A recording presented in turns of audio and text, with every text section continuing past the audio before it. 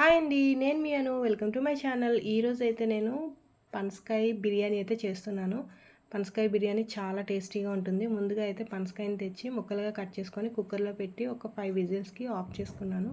తర్వాత పై లేయర్ అంతా తీసేసాను. తొక్క తీసి చిన్న చిన్న ముక్కలు కోసి పక్కన పెట్టుకొని అందులో అల్లం వెల్లుల్లి పేస్టు, ఉప్పు, కారం, పసుపు, ధనియాల పొడి, జీలకర్ర పొడి వేసి బాగా కలిపి కొంచెం పెరుగు వేసుకొని బాగా కలిపి పక్కన పెట్టుకున్నాను. అందులో మనకు కావాలంటే పుదీనా, కొత్తిమీర, కొద్దిగా నిమ్మకాయ కూడా వేసుకొని కలిపి పక్కన పెట్టుకొని ఒక హాఫ్ అన్ అవర్ తర్వాత స్టవ్ ఆన్ చేసుకొని కుక్కర్ పెట్టుకొని అందులోని ఆయిల్ వేసి మసాలా దినుసులు వేసుకున్నాను.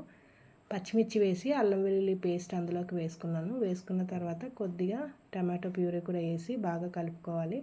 ఆయిల్ అంతా బయటకు వచ్చిన తర్వాత అందులో పుదీనా వేసి ముందుగా మ్యారినేట్ చేసి పెట్టుకున్న కట్ చేసి పెట్టుకున్నాం కదా పనసకాయ ముక్కల్ని అందులోకి యాడ్ చేసుకోవాలి. యాడ్ చేసుకున్న తర్వాత అందులో నేను ఒక గ్లాసున్నర రైస్ వేసాను. దానికి 3 గ్లాసెస్ వాటర్ వేసుకున్నాను. తర్వాత సాల్ట్ సరిపోయేలా చూసుకొని అందులో ఒక నిమ్మ చెక్క పిండుకున్నాను.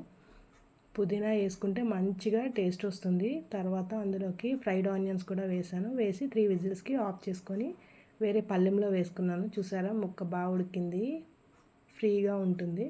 ఇది చాలా టేస్టీగా ఉంటుంది. మీరు ట్రై చేయండి, మీకు నచ్చుతుంది.